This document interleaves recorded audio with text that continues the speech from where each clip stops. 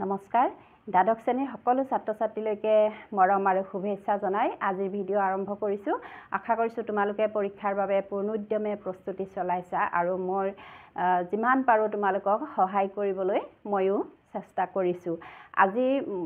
মই হাতত লোৱা প্ৰশ্নটো তোমালোকে বৰ্ডত দেখিছাই, পুৰুষবাচক প্ৰত্যয় বুলিলে কি বুজা? অসমীয়া ভাষাত পুৰুষবাচক প্ৰত্যয়সমূহ কি কি উদাহৰণ দি বুজাই লিখা। এই প্ৰশ্নটো মোলৈ এগৰাকী ছাত্ৰই পঠিয়াইছিলে আৰু মই তাৰে সমাধানটো তোমালোকলৈ আগবঢ়াবলৈ লৈছোঁ। আমি সকলোৱে জানো প্ৰত্যয় কি? ধাতু আৰু প্ৰাতিপাদিকৰ লগত যিবোৰ বৰ্ণ বা বৰ্ণসমষ্টি যোগ হয় আৰু নতুন শব্দ সৃষ্টিত সহায় কৰে, সেই বৰ্ণ বা বৰ্ণসমষ্টিসমূহেই হৈছে প্ৰত্যয়। আৰু প্ৰত্যয়ৰ বিভক্তিও প্ৰত্যয়ৰে এটা ভাগ। গতিকে পুৰুষবাচক প্ৰত্যয় বুলি ক'লে আমি তোমালোকৰ কিতাপত যিখিনি পুৰুষবাচক বিভক্তি আছে সেইখিনিয়ে হ'ব। সেইটো মানে ভয় কৰিবলগীয়া বা নাজানো বুলি ভাবিবলগীয়া কথা একো নহয়। মই উত্তৰটোলৈ যোৱাৰ আগতে পুৰুষটো তোমালোকে নিশ্চয় জানা, তথাপিও মই কৈ দিছোঁ। ইংলিছত যেনেকৈ ফাৰ্ষ্ট পাৰ্চন আই উই, অসমীয়াতো তেনেকৈ প্ৰথম পুৰুষ কি হ'ব? প্ৰথম পুৰুষ মই আৰু বহু বচনত হ'ব আমি, নহয়নে? আৰু দ্বিতীয় পুৰুষ হ'ব তুমি, একবচনত তুমি, বহু বচনত তোমালোক।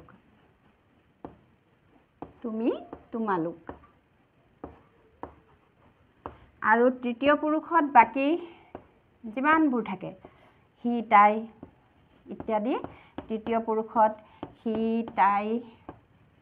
তেনেকৈ যিমানবোৰ আছে,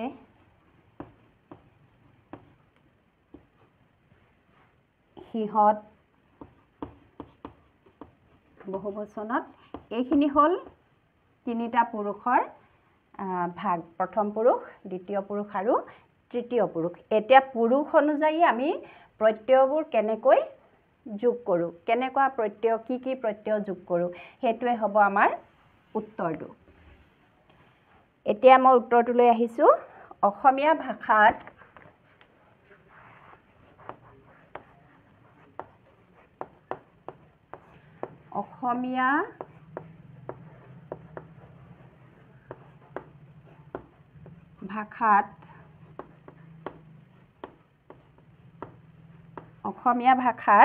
পুৰুষবাচক প্ৰত্যয়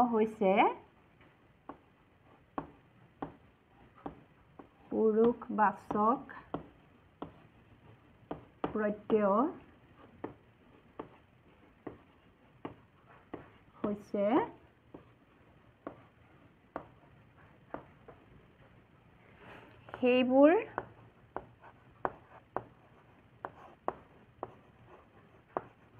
সেইবোৰ বিভক্তি বা সৰ্গ,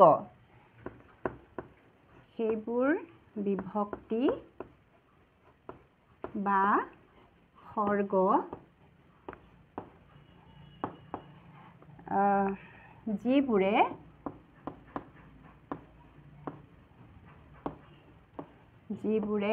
বিশেষ্য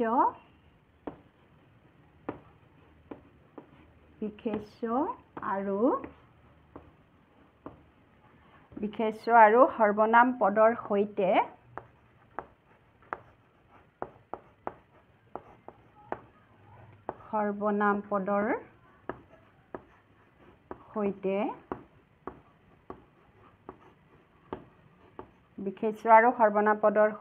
যুক্ত হৈ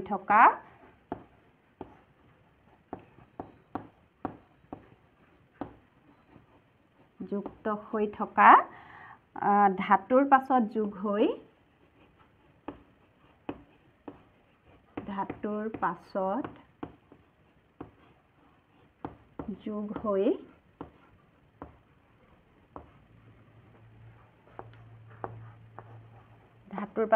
হৈ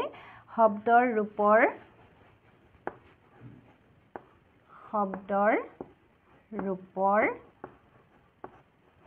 সলনি ঘটাই শব্দটোৰ ৰূপটো সলনি হৈ যায় তাৰ মানে শব্দৰ ৰূপৰ সলনি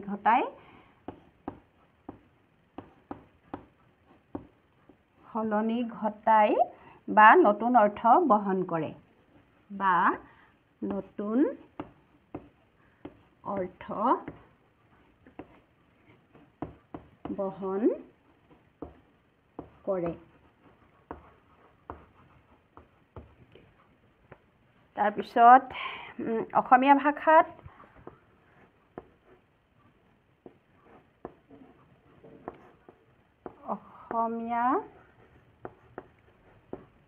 ভাষাত পুৰুষবাচক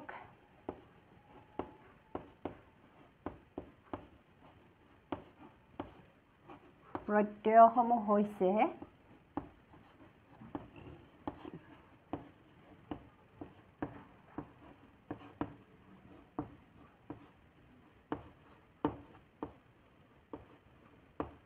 পুৰুষবাচক প্ৰত্যয়সমূহ হৈছে মই এতিয়া প্ৰথম পুৰুষ দ্বিতীয় পুৰুষ তৃতীয় পুৰুষত কি প্ৰত্যয় যোগ হয় এইটো তোমালোকক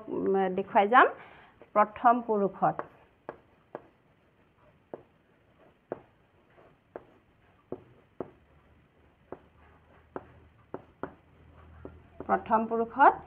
কি যোগ হয় উ আৰু ইম উ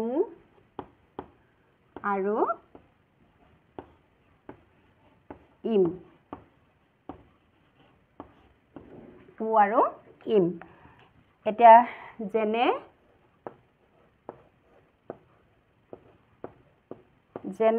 মই খাওঁ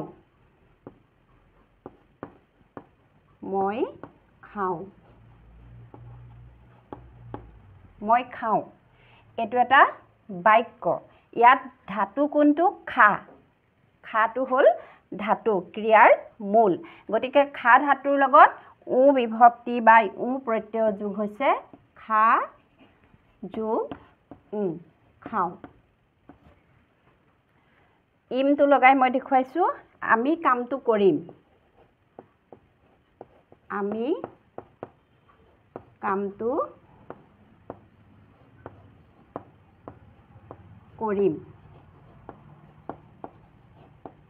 আমি কামটো কৰিম ইয়াত কৰটো ধাতু কৰৰ লগত কৰ যোগ ইম প্ৰত্যয় যোগ হৈছে মই ব্ৰেকেটত দেখুৱাই দিছো তোমালোকে এনেকৈ দেখুৱাই দিবা কৰ যোগ ইম কৰিম ইয়াত এতিয়া মই যে লিখিলো সৰ্বনাম বিশেষ্য আৰু সৰ্বনাম এতিয়া আমিটো সৰ্বনাম মইটো সৰ্বনাম পদে যেটো কাম কৰিছে সেই কামটো মানে খাইছে খাওঁ খাটো ধাতুৰ লগত উ প্ৰত্যয় যোগ হৈছে এইখিনি প্ৰথম পুৰুষত মই আমি হয়নে তাৰ পিছত আহিছো দ্বিতীয় পুৰুষলে তোমালোকে এনেকৈ কন্টিনিউ লিখিবা সিৰিয়েল কে লিখিবা মই মুছি লৈছো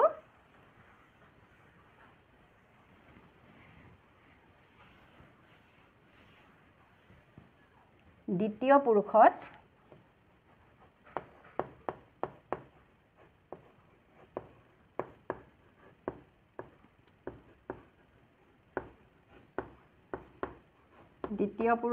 কি হ'ব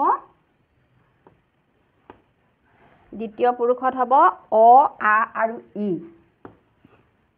অ আ আৰু ই এই কেইটা দ্বিতীয় পুৰুষত যোগ হয় এতিয়া মই উদাহৰণ দেখুৱাইছো যেনে তই কামটো কৰ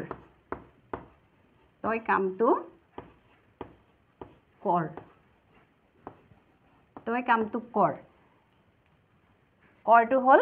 ধাতু কৰ যোগ অ কৰ এটো ব্যঞ্জন চিহ্ন তলত দিব লাগিব ইয়াত অ উচ্চাৰণটো নাহে ব্যঞ্জন চিহ্ন দিলে কৰ যোগ অ কৰ বুজিলা এটো হ'ল প্ৰত্যয় তাৰ পিছত আটো লগাই লিখিছো তুমি কামটো কৰিবা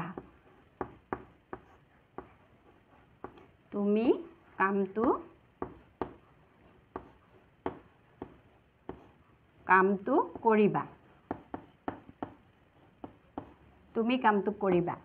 এটোত এতিয়া কৰ ধাতুৰ লগত কৰ যোগ ই যোগ ই কৰ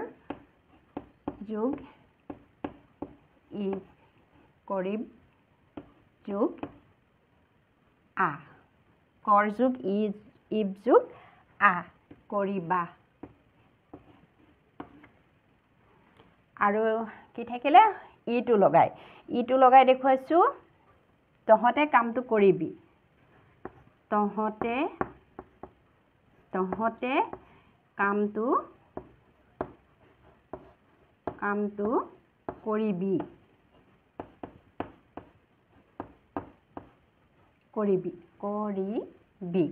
ইয়াতো এতিয়া কৰ যোগ ই যোগ ই কৰিবি তাৰ পিছত মই আহিছো তৃতীয় পুৰুষলৈ তৃতীয় পুৰুষত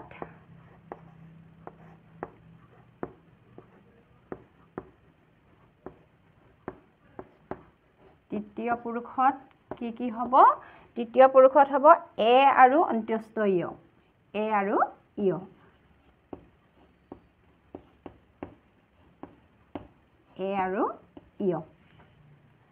এতিয়া মই উদাহৰণ দেখুৱাইছো হি কাম কৰে যেনে হি কাম কৰে একেটা বাক্যকে মই দিছো তোমালোকে বুজি পাবৰ কাৰণে হি কাম কৰে কৰ যোগ এ কৰটো হ'ল ধাতু কৰ যোগ এ কৰে হি কাম কৰে সিহঁতে ভাত খায়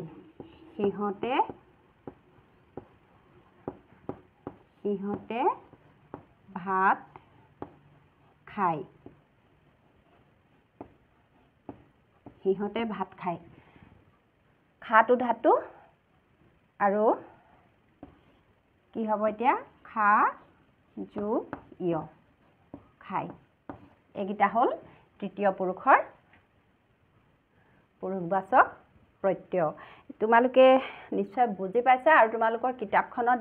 দিয়া আছে পুৰুষবাচক বিভক্তি সেইখিনি তোমালোকে ভালকে বাৰে বাৰে পঢ়িলে ভালদৰে বুজি পাবা এতিয়া কি পালো আমি পুৰুষবাচক প্ৰত্যয় অসমীয়া ভাষাত পুৰুষবাচক প্ৰত্যয় কি পালো প্ৰথম পুৰুষত উ আৰু ইম দ্বিতীয় পুৰুষত অ আ আৰু ই আৰু তৃতীয় পুৰুষত এ আৰু ইয় এতিয়া পুৰুষ অনুযায়ী আমি প্ৰথম পুৰুষত আমি এ লিখিব নোৱাৰো ময়ে লিখিব নোৱাৰো নহয় জানো গতিকে পুৰুষ অনুযায়ী এবোৰ প্ৰত্যয়বোৰ বেলেগ হয় গতিকে এফালৰ পৰা চালে তেনে উজু বুজি পালে তেনে উজু আজি মই তোমালোকলৈ এই প্ৰশ্নটোৰ উত্তৰে আগবঢ়ালো আৰু মই এনেকৈ তোমালোকৰ পৰীক্ষালৈকে সমাধান দি যাবলৈ চেষ্টা কৰিম চাই থাকিবা আছামিজ পাঠশালা আজি ইমানতে সামৰিছো ধন্যবাদ